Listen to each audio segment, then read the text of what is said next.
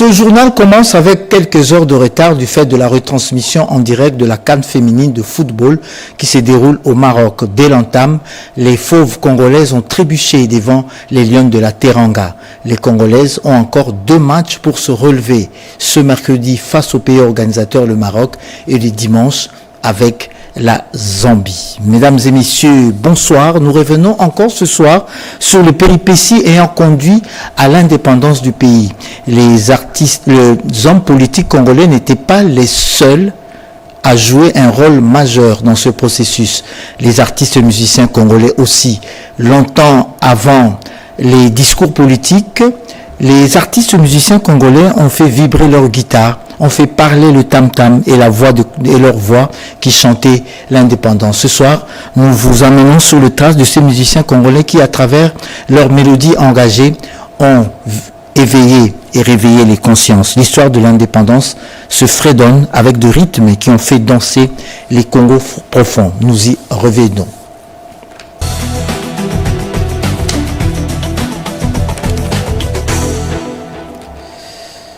Si Patrice Emery Lumumba était vivant, il serait centenaire à ce jour.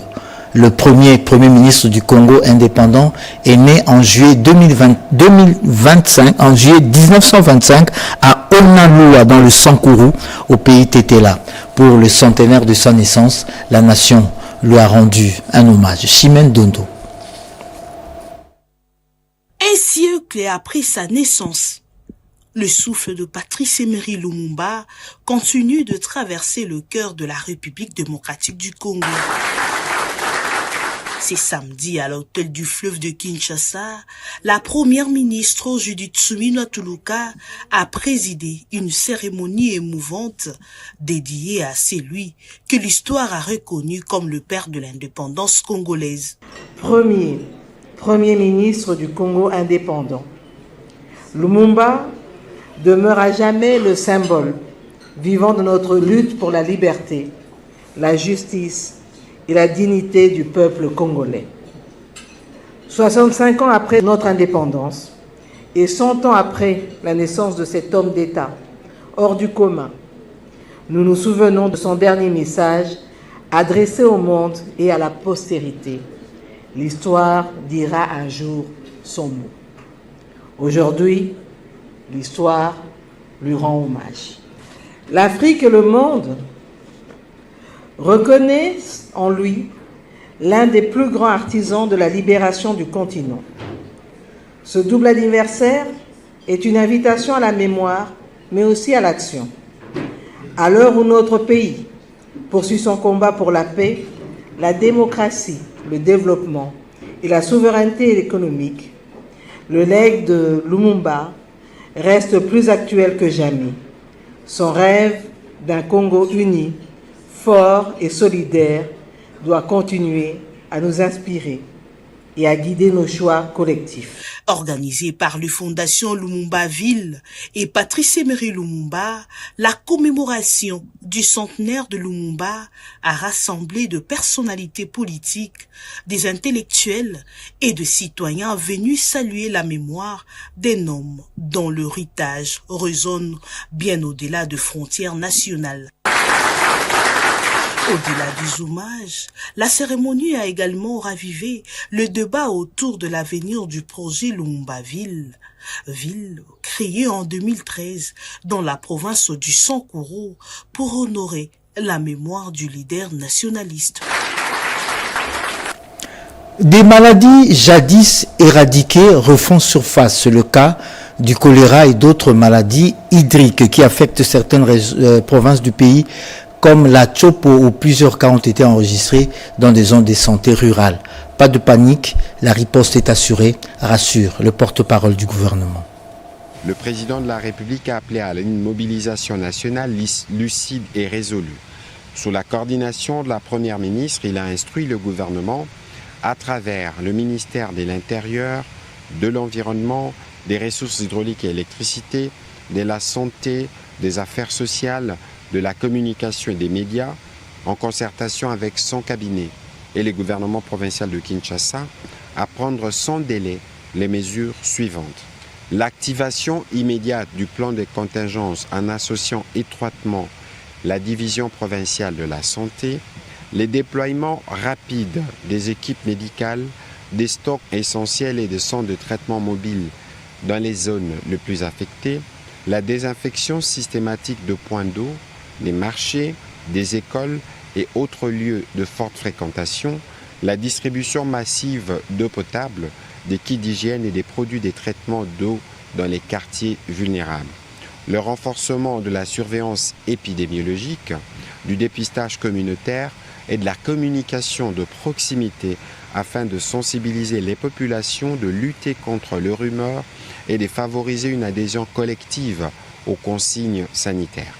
La coordination renforcée avec les partenaires techniques et financiers, en particulier ceux de l'OMS, de l'UNICEF, Médecins sans frontières et les agences humanitaires, pour mobiliser un soutien logistique, financier et opérationnel à la hauteur de la gravité de la situation.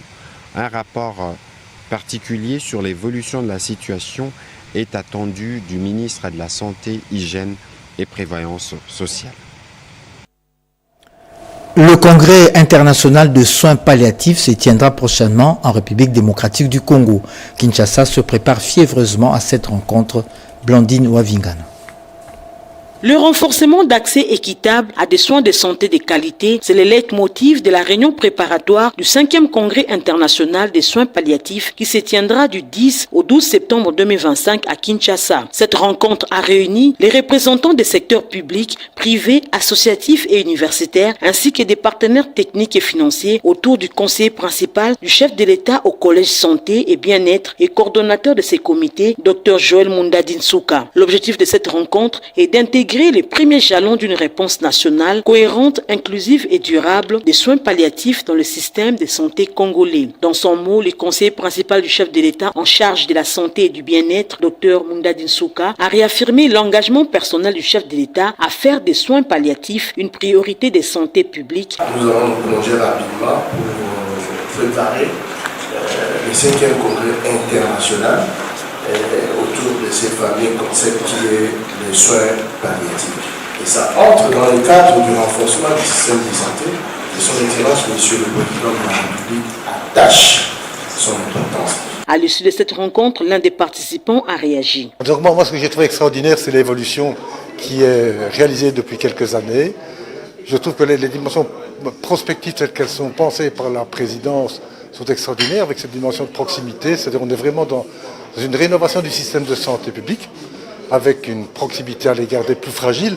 Et ça, je trouve que c'est une bonne hiérarchisation. La tenue prochaine de ce 5e congrès à Kinshasa va marquer un tournant historique dans l'accès équitable des soins palliatifs en RDC. Le centre de santé de Kimbondo, situé dans la partie ouest du pays, vient d'être doté de matériel médical adéquat. C'est l'œuvre de Rotary Club qui entend ainsi renforcer les structures sanitaires de proximité. Reportage de Patricia Ungu. Un geste de solidarité en faveur du centre de santé Kimbondo. Les amis des Rotary Club ont procédé à une remise de matériel médical en vue d'améliorer la prise en charge des patients. Claude Cheroubala a procédé à la remise de ce don à la représentante du centre au cours d'une cérémonie de haute facture sociale, de simplicité, mais chargée d'essence. C'est un geste très significatif qui montre assez que les Rotariens sont proches de la population et plus particulièrement de la population de Bandal. Parce que grâce à vous, nous allons arriver à relever les défis de bien soigner, amener le diagnostic qu'il faut et à un coût réduit pour la population de Bandal. Le Rotary Club, rappelons-le, rassemble les hommes et les femmes engagés autour de l'idéal de servir autrui, au-delà des différences sociales, politiques ou culturelles. À vous les bénéficiaires du centre de santé, nous formulons le vœu. Et ça sera utile pour le plus grand nombre de malades et que vous puissiez en assurer une gestion rationnelle. Parmi les personnalités présentes, la présidente du club doyen, Madame Chouchou Nasseti, a salué l'engagement continu du Rotary Club aux côtés de structures sanitaires de base. Une visite guidée des installations a suivi pour évaluer les besoins et les conditions de travail du personnel. La route reliant Mbuji-Mayi à Katende dans le Kassai oriental est en train d'être remise en état. Le génie de l'office de route s'active sur ce chantier long de 30 km. Lancé en décembre dernier, le projet de réhabilitation de la route Mbuji-Mayi-Kabeya-Kamwanga progresse à grands pas, notamment sur le tronçon Kalala-Wakanta, Katende, long de 30 km. Ce chantier, considéré comme l'un des piliers de la vision du président de la République pour le Kassai oriental, a récemment été inspecté par le directeur général de l'Office des routes, Jano Kikangala. Dépêché par le ministre d'État en charge des infrastructures, le directeur général a personnellement parcouru les chantiers du PK0 à Kalala ou à Kanta jusqu'à Mwanza-Lomba, évoluant l'état d'avancement des travaux exécutés par l'entreprise Safrimex. Les terrassements, le remblayage, l'assainissement sur plus de 12 km ainsi que 3,5 km de couches de base sont déjà réalisés, soit un taux d'exécution de 30%.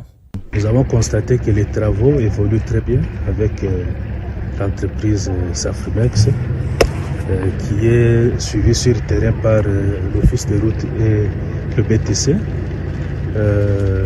Sur les 30 km l'air confié dans les contrats, ils ont déjà réalisé environ 19 ou 20 km de caniveaux, donc c'est une réalisation importante.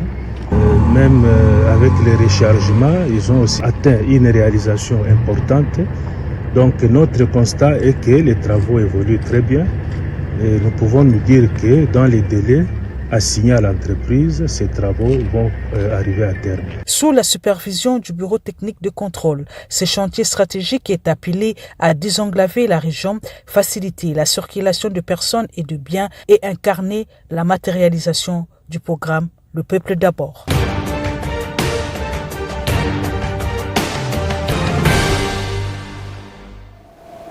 Comme tous les dimanches, Pierre Kibombe Somo Issa vous fait le résumé des activités déployées pendant la semaine par le président de la République.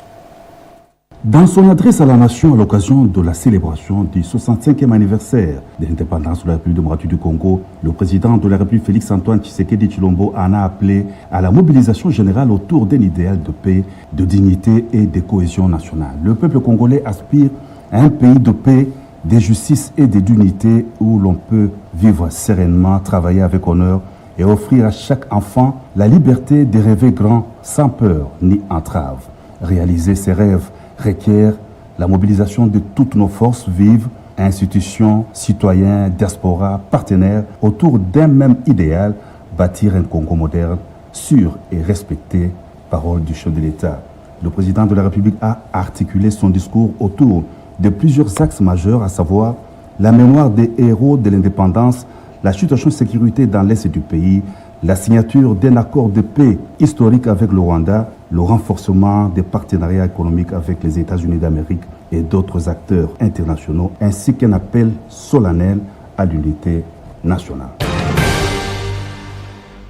Aussitôt revenus au pays au terme de leur mission à Washington, aux États-Unis d'Amérique, où la République démocratique du Congo et le Rwanda ont signé l'accord de paix sous les bons auspices du président américain Donald Trump, la ministre d'État, ministre des Affaires étrangères, Thérèse Kaikwamba Wagner, et les experts de la présidence de la République qui ont travaillé sur ces dossiers ont été reçus au palais présidentiel du Mont-Galliema par le président de la République, Félix-Antoine Tshisekedi Tshilombo. Ils étaient venus faire la restitution de leur mission au chef de l'État. La ministre d'État, ministre des Affaires étrangères, a remis au président de la République la copie originale de l'accord de paix et un message de son homologue des États-Unis d'Amérique, Donald Trump. Mardi, le 1er juillet 2025, le président de la République, Félix-Antoine Tshisekedi Tshilombo, est allé, en compagnie de la distinguée première dame Denise Nyakeru Tshisekedi, procéder au lancement solennel du Forum national sur le droit à la réparation. La cérémonie grandiose a été organisée dans les somptueux cadres du Centre culturel et des arts d'Afrique centrale par le Fonds national de réparation des victimes des violences sexuelles liées au conflit et des victimes des crimes contre la paix et la sécurité de l'humanité, avec l'appui du ministère des Droits humains, le chef de l'État a, dans son allocution, relevé toute l'importance de ce forum national sur la mise en œuvre du droit à la réparation qui ne s'avère pas un rendez-vous ordinaire. Il marque plutôt une rupture décisive avec l'oubli, l'indifférence et l'impuissance. Ce forum traduit l'engagement résolu d'une nation qui choisit de placer la dignité des victimes au cœur de sa quête de justice et de réconciliation, a dit le président de la République. Ancien Premier ministre, président du parti politique de l'opposition Nouvel Élan, Adolphe Muzito a été reçu à la Cité de l'Union africaine par le président de la République Félix Antoine Tshisekedi Tshilombo. La situation générale du pays était évoquée au cours des échanges. Mon parti et moi-même avons remercié le chef de l'État pour les performances réalisées, a indiqué le président du Nouvel Élan, soulignant que le président de la République a réussi à faire connaître à la communauté internationale que le Rwanda est le pays agresseur de la RDC à travers ses rébellions. Adolphe Muzito a aussi salué l'accord signé à Washington, aux États-Unis d'Amérique, contraignant le Rwanda et les rebelles de se retirer du territoire de la RDC. La situation globale dans l'Est de la République démocratique du Congo, singulièrement les violences faites à la femme, ont fait l'objet de l'entretien que le président de la République Félix Antoine Tshisekedi Tshilombo a eu au palais présidentiel du Mont-Galliema avec Madame Pramila Patten, la représentante spéciale du secrétaire général des Nations Unies chargée de la question des violences sexuelles en période de conflit. Constat désolant, les taux de violences faites à la femme en zone de conflit a été extrêmement augmenté en moins d'une année.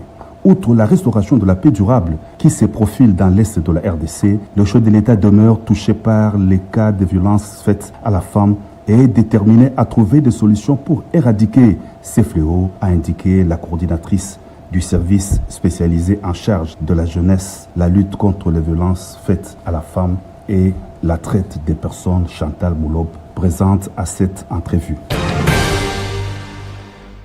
L'évaluation des différents projets de coopération en cours et ceux qui doivent être mis en œuvre entre la République démocratique du Congo et la Chine a été évoquée au cours des échanges que le président de la République Félix Antoine Tshisekedi Tshilombo a eu à la Cité de l'Union africaine avec l'ambassadeur de la République populaire de Chine, Zhao Bin. Pour les diplomates chinois, le chef de l'État a exprimé sa volonté de continuer à travailler avec la Chine dans le développement du partenariat stratégique de coopération gagnant-gagnant.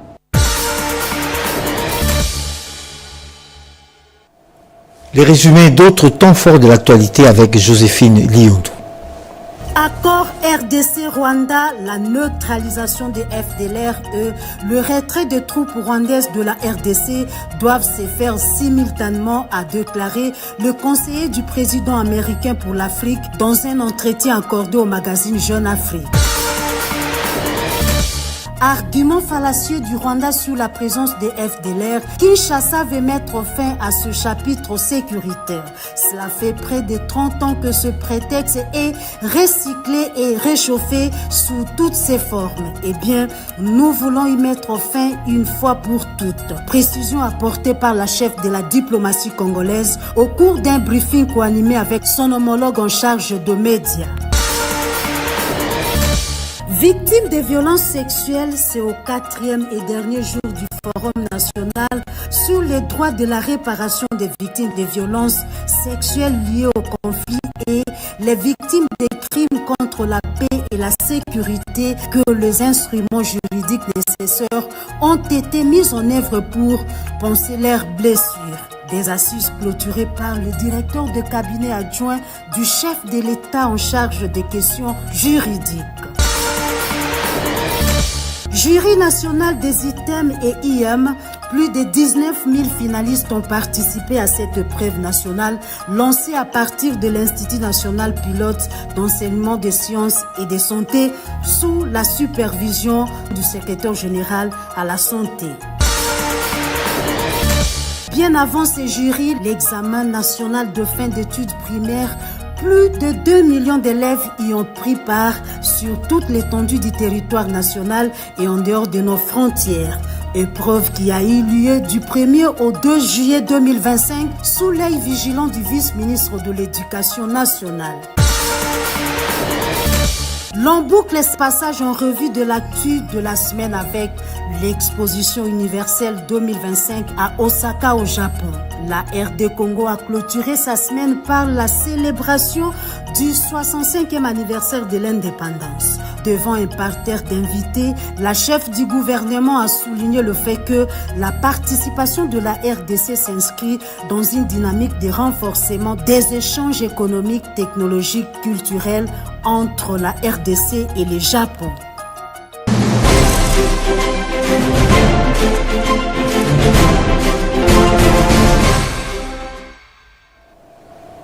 Dans les années 1960, les femmes congolaises s'habillaient d'une certaine façon.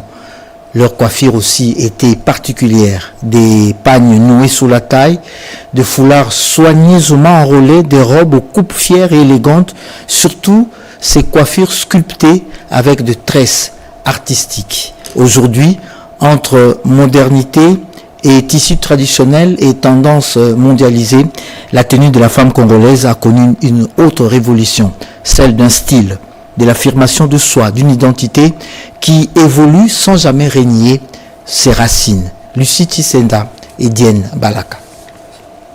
L'habillement féminin en République démocratique du Congo reflète l'histoire, les changements sociaux, les influences culturelles et l'affirmation identitaire. Dès la pré-indépendance à l'heure numérique, la mode congolaise a évolué tout en conservant une forte empreinte africaine. Cette étude met en comparaison deux périodes clés, les années 1960 et la période contemporaine de 2000 à nos jours. Habillement dans les années 1960, en période post-indépendance, l'habillement des femmes était une affirmation de l'identité nationale, les styles vestimentaires et l'apparence en public, bien que peu médiatisés à l'époque en comparaison avec les femmes contemporaines, incarnaient pourtant les valeurs de sobriété, de dignité et de respect de tradition. Elles paraissaient souvent en panne traditionnelle généralement portée en 2 ou 3 pièces, un liputa, pas noué autour de la taille, une blouse en dentelle ou brodée à manches longues ou courtes. Parfois, une écharpe posée sur l'épaule en harmonie avec le reste de la tenue. Les femmes, notamment dans le grand vide comme Kinshasa, cherchent à affirmer leur place dans cette nouvelle société. Les éléments clés de l'habillement féminin dans les années 60 sont panne cousue, robe longue ou 2 pièces, foulard ou coiffe assortie à la tenue, souvent nouée haut sur la tête, chaussures à talons bas ou sandales à l'africaine, sac à main rigide, petit, très en vogue chez les femmes urbaines, parure, collier en perles, boucles d'oreilles rondes, bracelets assortis, coiffure entre tradition et modernité. La coiffure dans les années 60 en RDC était un art à part entière,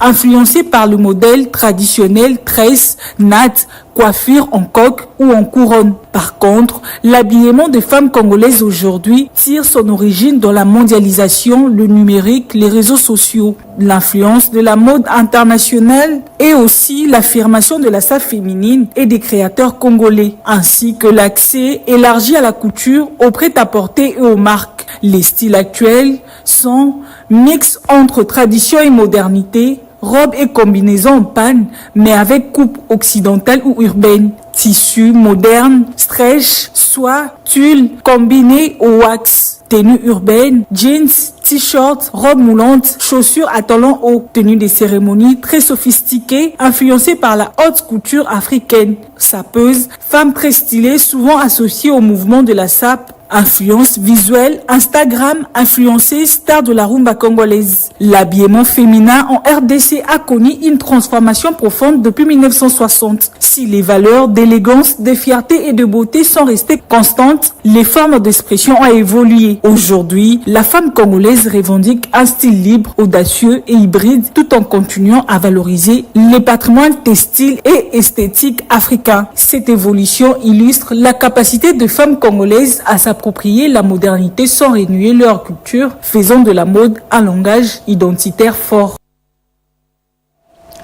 Les acteurs politiques congolais n'étaient pas les seuls à contribuer au processus de l'indépendance du pays. Les artistes et musiciens congolais aussi. Longtemps avant les discours politiques, c'est leur guitare qui vibrait, leur tam-tam qui parlait et leur voix qui chantait l'indépendance. Aujourd'hui, nous vous replongeons dans le méandre, que dis-je, sur le trace de ces musiciens congolais qui, à travers leurs mélodies engagées, ont éveillé et réveillé les consciences. L'histoire de l'indépendance du pays se fredonne aussi avec ces rythmes qui ont fait danser tout le pays.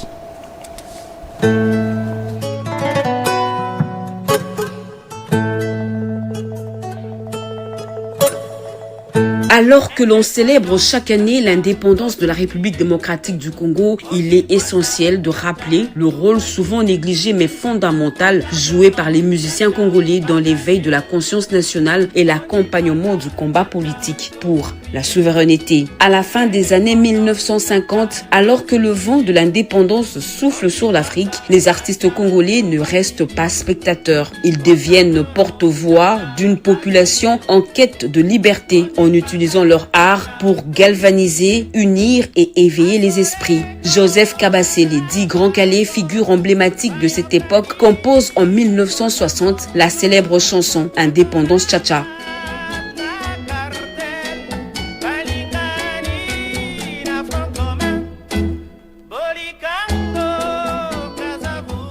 Véritable hymne populaire, ce morceau traverse les frontières et devient le symbole musical du combat congolais. Interprété à Bruxelles lors de la table ronde où se négociait l'indépendance, il accompagne les discussions politiques en insufflant l'espoir et fierté des délégués congolais. À travers la rumba congolaise, les musiciens diffusent un message fort en langue lingala, notamment ce qui permet de toucher toutes les couches de la société. Leur musique devient un outil de mobilisation pacifique, un vecteur de fierté culturelle et un ciment de l'unité nationale. Elle rappelle aux Congolais qu'ils partagent une même histoire et qu'ils ont un avenir à construire ensemble.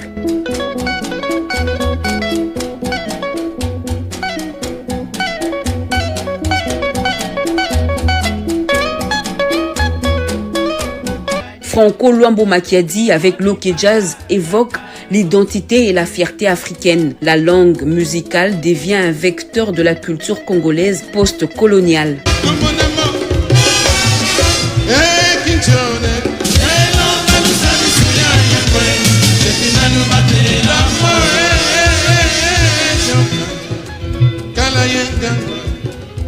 Plus largement, la musique congolaise s'inscrit dans le courant du panafricanisme culturel, inspirant d'autres peuples africains en lutte pour leur indépendance, comme le Mali, le Sénégal, le Cameroun et bien d'autres. La République démocratique du Congo devient ainsi un foyer culturel de la libération africaine. Aujourd'hui encore, ces chansons restent gravées dans la mémoire collective. Elles nous rappellent que la culture peut être un acte de résistance et que la musique, bien plus qu'un simple divertissement, fut une arme douce mais puissante dans le combat pour l'indépendance.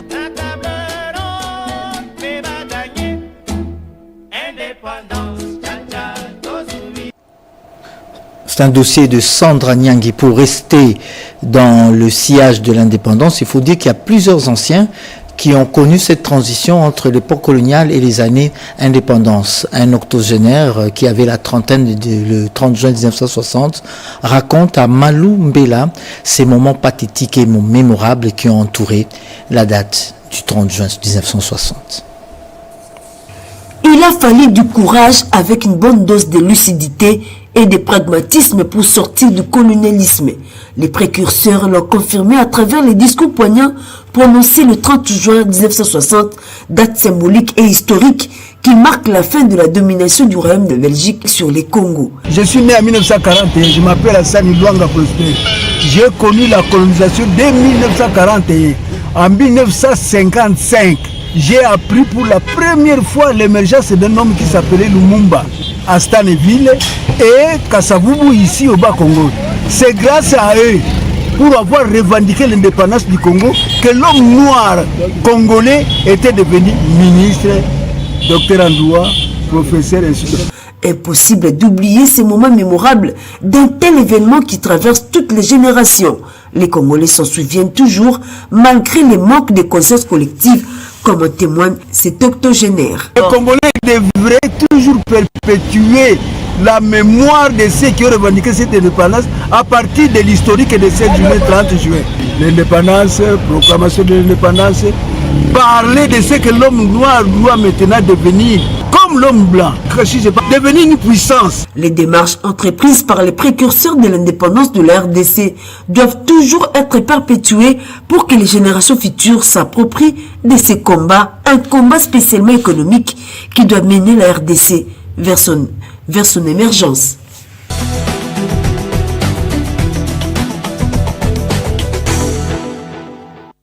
De plus en plus de jeunes s'intéressent à la politique et adhèrent à des formations politiques. C'est le cas d'un jeune entrepreneur qui vient de se lancer dans la politique. Ricky Nzouzi l'a rencontré. Il vient d'adhérer à l'Alliance des démocrates socialistes congolais. Le 65e anniversaire de la RDC était célébré avec faste à Kinshasa au sein de l'Alliance des démocrates socialistes congolais du haut représentant Tony Kankushiku.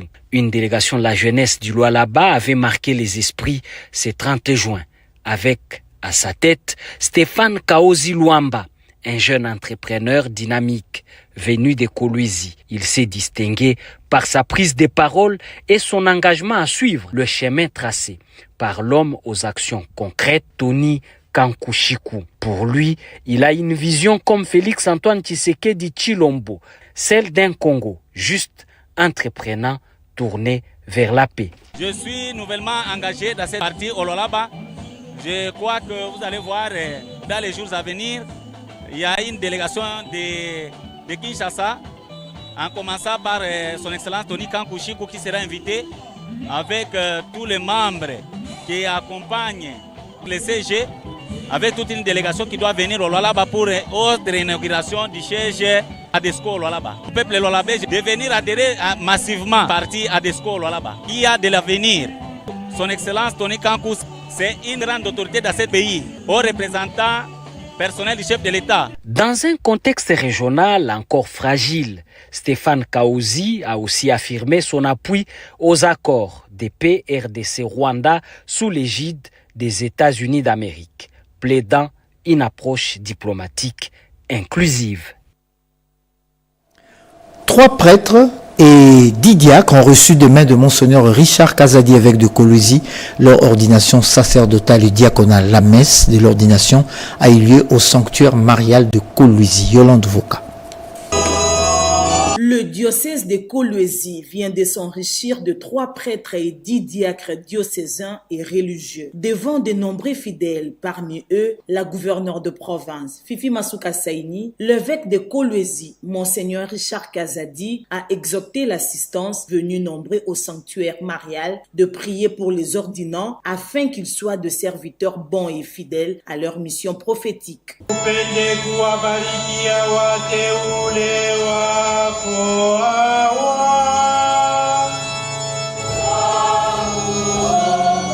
L'ordination sacerdotale et diaconale est un moment fort et le gage du dynamisme de la foi et de vocation dans l'Église. La célébration eucharistique en rapport avec ces ordinations sacerdotales et diaconales s'est déroulée selon les rites de l'Église catholique.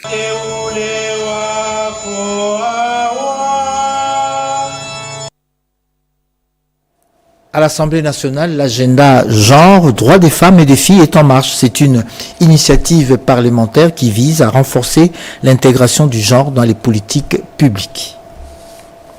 La violence sexuelle liée au conflit est un crime contre l'humanité et constitue un génocide en vertu du droit international menaçant la sécurité internationale et collective, non sans entraver l'instauration d'une paix durable. Elle a des répercussions sur la santé physique, sexuelle, reproductive et mentale des victimes. Pour commémorer cette journée liée à l'élimination des violences sexuelles en temps des conflits, la structure Afiamama, en collaboration avec l'Assemblée nationale, avec l'appui financier de l'ambassade de France, a organisé la 2e édition du cadre de concertation sur l'agenda genre de droits des femmes et des filles. Le président de l'Assemblée nationale de la République démocratique du Congo, l'honorable Vital Kamerhe, considère qu'il est de notre devoir institutionnel de faire de cette lutte une priorité nationale. Nous sommes représentants du peuple et ce peuple est frappé par cette tragédie des conflits dont les conséquences, c'est essentiellement sur les femmes. Cette journée internationale est un moment de réflexion et de mobilisation. Elle nous rappelle avec force les souffrances incommensurables endurées par les victimes et nous invite à redoubler d'efforts pour mettre fin à ces atrocités. Cette cérémonie a connu la participation des différentes personnalités, notamment le rapporteur de l'Assemblée nationale, le professeur Jacques Njoli, la rapporteure adjointe Dominique Mounongo Inamizi, la représentante de la ministre du Genre, Famille et Enfants, les ambassadeurs de France et de Norvège, différentes structures de la société civile ainsi que d'autres personnalités de marque. Les magistrats congolais viennent d'être outillés aux procédures de passation de marchés publics. Ils ont suivi cette formation pendant 20 jours. Gaëtan Magalano. C'est une réunion de prise de contact qui a permis d'établir une parfaite collaboration entre la police judiciaire et le procureur général près la Cour de cassation Firmin Vondé. L'organe de la loi a exhorté les officiers de police judiciaire, singulièrement la coordination de la police judiciaire conduite par le commissaire général adjoint Bertin Balekouka Mwakadi au strict respect des prescrits des lois, s'inscrivant ainsi dans une démarche pédagogique. Vous savez que la coordination police judiciaire ne travaille qu'avec les OMP. Aujourd'hui, nous sommes venus voir les premiers des OMP de la République pour lui présenter des civilités et présenter toute l'équipe de la coordination police judiciaire récemment nommée par son Excellence, M. le Président de la République, commandant suprême, et recevoir de lui les orientations de travail, puisque c'est lui le président de la République de qui nous dépendons, et recevoir de lui les conseils et sa philosophie de travail. C'est que nous venons d'obtenir ici aujourd'hui. Nous allons nous déplacer, faire la ronde de la République démocratique du Congo, les 25 provinces qui restent, sensibiliser les OPJ que la confiance est redevenue, renée entre les OMP et la coordination police judiciaire de la PNC. Par ailleurs, cette réunion a permis à COPJ de cerner les contours du nouveau paradigme dans l'action publique tel que voulu par le magistrat suprême, Félix-Antoine Tshisekedi Tshilombo. Vous avez suivi là une rencontre entre les officiers de la police nationale congolaise et les PGR, le procureur général près la cour de cassation Iverson Kabwaba a rendu ce reportage.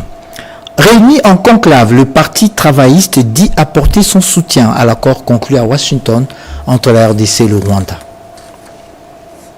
L'accord de paix signé à Washington entre la République démocratique du Congo et le Rwanda n'est pas un chèque en blanc, mais une matrice de sortie des crises conditionnée par la vigilance du peuple congolais et la solidité de ses institutions. L'histoire enseigne que la paix se construit par le compromis, que la souveraineté s'affirme aussi dans la coopération bien négociée et que l'inaction produit des tragédies là où l'intelligence diplomatique offre des victoires durables. C'est à cette conclusion qu'est parvenu le conclave du Parti travailliste de l'honorable Stephen Bikai.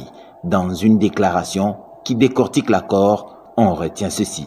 Après la signature de l'accord de paix entre la RDC et le Rwanda, nous avons constaté qu'une campagne d'intoxication est organisée en vue de désorienter l'opinion publique.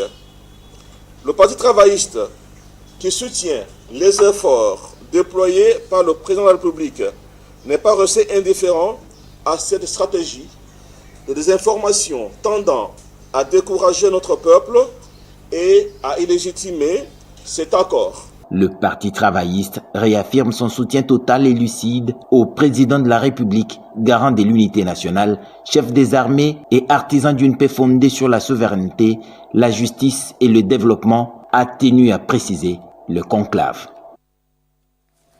Le ministère de l'Enseignement supérieur et universitaire entend relancer le sport dans les milieux universitaires. Un tournoi regroupant les différentes institutions d'enseignement supérieur et universitaire a été lancé ce week-end sous l'œil de Alain Bikai. C'est parti avec les tournois interuniversitaires.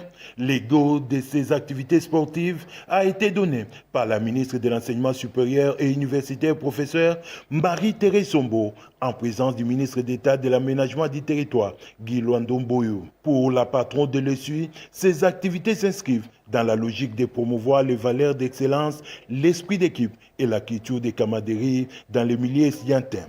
À l'occasion, Marie-Thérèse Sombo a rendu un vibrant hommage au premier sportif congolais Félix Antoine Tshisekedi Tshilombo qui ne lésine pas sur les moyens pour doter les universités des complexes sportifs modernes. Le cas éloquent est celui de l'université de Kinshasa dont son complexe sportif est déjà opérationnel et celui de l'université pédagogique nationale sera inauguré cette semaine par les premiers sportifs congolais. Question de promouvoir la pratique du sport dans les milieux universitaires. Camarades, oh! Sans esprit? Je salue ce fair play ainsi que cet engagement pour la promotion des sports universitaires et des jeunes. L'actualité oblige, professeur Marie-Thérèse Sombo a appelé la communauté universitaire au soutien à l'accord de paix signé entre la République démocratique du Congo et le Rwanda, obtenu grâce à la diplomatie agissante du président de la République. Selon Marie-Thérèse Sombo, cet accord permettra dans un avenir proche aux étudiants et aux professeurs des zones sous occupation de participer aux activités du secteur de l'enseignement supérieur et universitaire. Et puis le chef de la maison militaire du président de la République informe les officiers militaires et de la police qu'en prévision du mouvement d'avancement général en grade, des arnaqueurs en profitent pour escroquer de l'argent auprès de ces officiers au nom de la maison militaire. Le général Boamunda Ntumba Franck condamne ces actes et décline ses responsabilités. Il rappelle aux uns et aux autres que les promotions en grade sont le résultat de la méritocratie et non du clientélisme et du favoritisme. Fin de ce journal. Merci infiniment de l'avoir suivi. Bonne semaine à tous et à toutes.